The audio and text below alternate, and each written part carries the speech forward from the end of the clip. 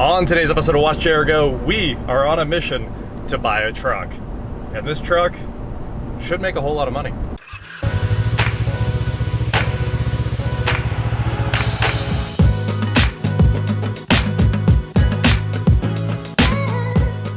That isn't truck bust, isn't it? That's crazy. Almost made it. Canada, eh? What is going on, guys? I am WatchJRGo, and today we are in search of a whole bunch of money for absolutely no work, basically. I found a 2009 Chevy Silverado 1500 Z71, and the listing price was $3,500. I was like, on the way! So, we are in the truck, headed about an hour away to pick this thing up, and it should be able to be resold instantaneously, clean title, and something else. I forgot. I don't know. 4x Z71. Yep. Title. Everything. Extended cab. Extended cab. The truck you want.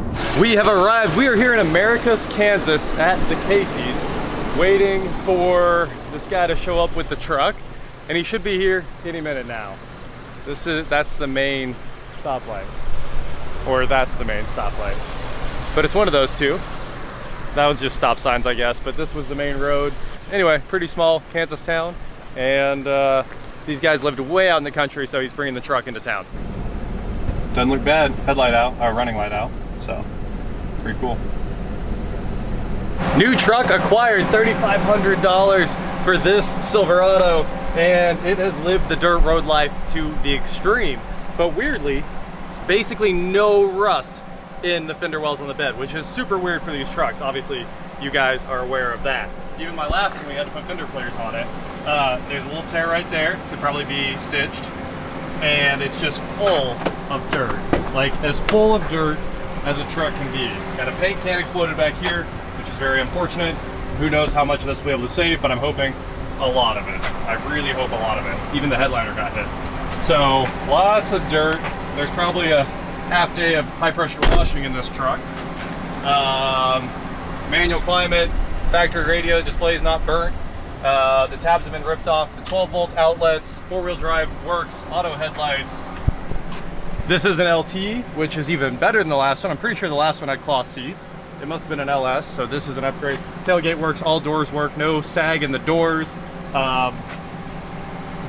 This might be a $10,000 truck. This is an LT. I mean, a little detailing. Will this come off? Will it come off? It'll come off. We'll get that. I bet we can get that.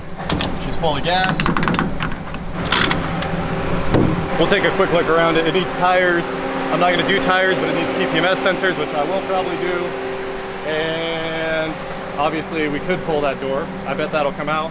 And then this needs pulled, and that exhaust pipe needs bent back out. But I mean, there's a to-do list.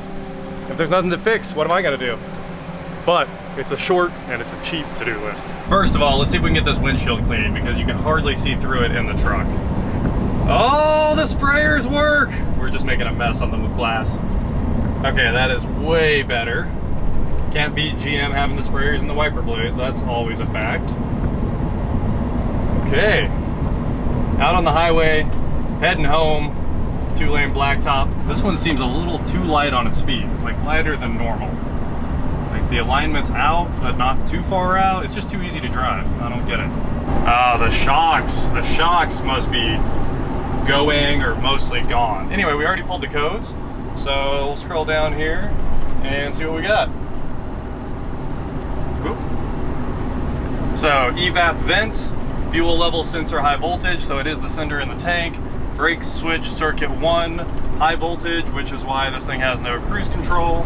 Left front wheel speed sensor is out, which obviously is just a quick $149 fix. Put a hub in it, shouldn't take too long. Right front impact sensor, need to check that one out. For some reason my brother's truck has that one too.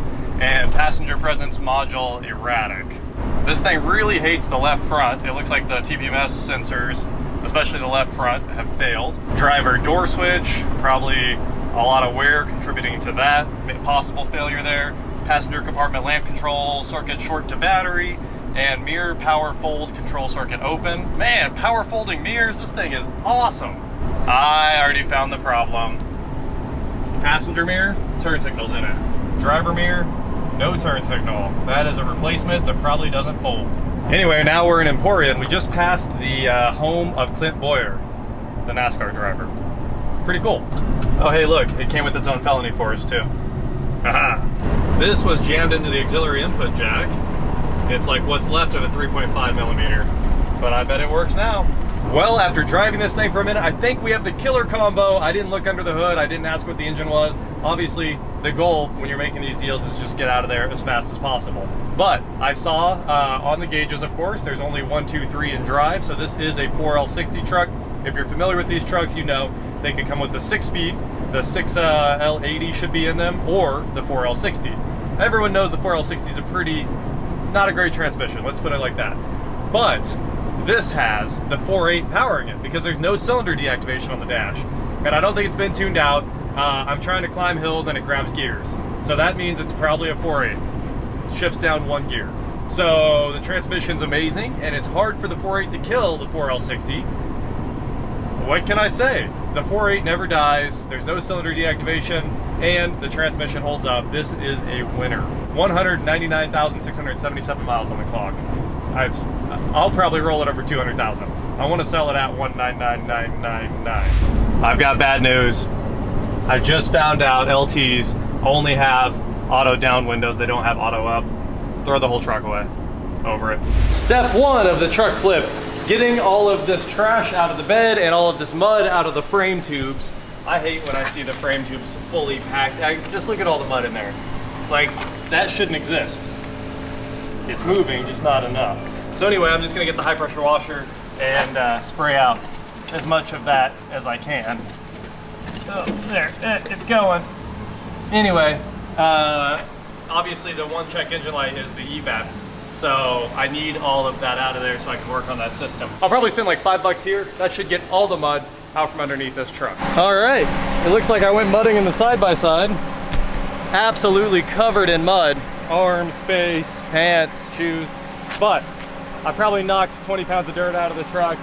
The frame tubes are all cleaned out. Well, as cleaned out as they're gonna get. You can see through them. A few little spots in there still, but we're getting there. We are getting there. Off to the next car wash. I think this thing's getting 3 full car washes today. Look at all the mud coming out of the tailgate. The tailgate had a thud like it's fully full of mud, like 100%. Taillights keep draining mud too. Yes. Big Zach. Yes. Hey, what year was your truck? My Silverado? Yes. 13? 13 with the 4.8 4L60? Yes. How much did they give you on trade for that thing? 23.5. 23.5, and how many miles are on it? 89. Nice. Well, I just got a 200,000 miler for $3,500. Heck yeah, boy. Pretty pumped. You had what, that 2012 before or whatever, didn't you? 11? I don't know. I think that one might have been an 8 or a 9 too. I don't really remember. Maybe. I mean, it's all the same thing. All the same thing. 5.3, I believe. Yeah, this one's a 4.8. Yeah. All right, later, man. Later, bro. Well, enough said. Zach traded that truck in 3 weeks ago. So I would say those are current market values. All right, we are here at the O-Ride to try to get batteries for the remotes because they don't work, and the brake switch so we can have cruise back. But it's looking better already. Kind of looks like a color, and the tires are sort of clean. Gonna take a lot of work. One more good car wash. Why doesn't it work? I fixed it. What's up? Nothing. There's actually 2 brake light switches for these trucks. That's definitely one of them. I'm gonna go under the dash and see if that's the one that's on this one. Oh, I also probably need some 2032s. 2 of them. We're going in. Deep dive. All right, it is the one that Bryn found. So let's get that and install it. Should take like 5 minutes. We're gonna try to fix this brake light switch in the parking lot. It is the standard SLS 336, and basically I just needed a 10. I pulled the connector off already. It's hard to see anything out of there, but we'll try. There's the switch we're working on. You can see the connector hanging off of it. There's a 10 on the end. We'll pull that 10 and that should let us pull the clip and drop the whole thing. The clip sits in there like that. You'll have to pry this section right here off and then lift the clip up. And once the clip's off, you just slide the whole switch and actual brake rod over and then toss the new one on and put it back together. Maybe clean it a little bit first if it's a disaster like this one. There you go. Next time you lose cruise control in your Chevy truck, you should be able to fix it in about 5 minutes in the O'Reilly's parking lot because they always have tools to loan you. I just borrowed their 10 and a screwdriver real quick. Getting up to 30, minimum cruise speed. Look at that. Now we have cruise. I should have just done that in the city we were picking this thing up in. And it would have been nice to have that cruise going 85 the whole way home. One fix down. So we'll take a look at the codes, and we had 18 codes a minute ago. We're gonna clear the codes, run the report again, and I bet we have one less code. Brake light switch should no longer be high circuit.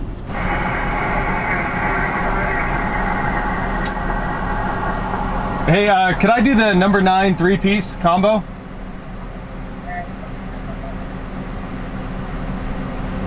With barbecue sauce and the Mountain Dew Sweet Lightning.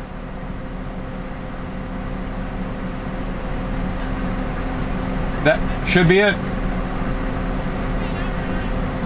Drive-through doesn't work at all.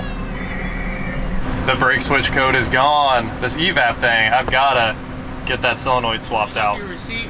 No, I'm good. Thank you, man. Honestly, this thing just needs a bunch of sensors. Oh, there's only 2 codes. Right front impact sensor, evap solenoid. Well, there you have it. A ton of truck for $3,500. And I think we're just gonna keep working on this until I can get all of the money out of it. And all of the money is probably around that $10,000 mark. People laughed at me on the last truck that I bought for $2,500 and said I would never get any money out of it, but I sold it for over $8,000. And I didn't really have anything in that thing. I think about $800. For reasons. That's just how it worked out. Anyway, this one I think will be the exact same thing. I might put $1,000 in it, but honestly it's probably closer to like 300, and it should sell for 10. So I'm gonna keep working on it every day, and every day I work on it, it will add another 1,000 to the value. I'd say right now if I needed to, I mean 6,500 would be like, it would take minutes to sell here locally. And every day I can add another 1,000 by fixing things like getting stability track fixed with the wheel hub. I mean, I already did the brake light switch, the remotes work, the remote is in my pocket, and now there's no check engine light temporarily. Oh, come on, do it. Ooh, it really wants that evap solenoid. Okay, there's a check engine light. I'll do the evap solenoid, but basically every single day we'll add $1,000 of value to this truck, which means I'll be making $1,000 a day. So, that is it for today, guys. Thank you so much for watching. Don't forget to head on over to shop.WatchJRGo.com. We can get cool shirts just like this. And please like, share, subscribe, do whatever you want to do. I will talk to you next time. Guys, I gotta tell you a story. I've only ever told this story to one other person before, but everyone's always asking where my money comes from, so I figured I needed to justify it to you guys. I make all my money on fast food, obviously. I went to Dairy Queen the other night to get myself some delectable food. The 2 for $4 strips cheeseburger, and I threw a brownie batter blizzard, brownie batter blizzard in there, and that should have been like $8, right? It turns out, I don't know if there's a discount or what, but my total came to $5.43, and then there was a new girl working the register, and she was just, you know, pushing all the things, and then she was like, okay, here's your card, and I was like, sweet, thanks.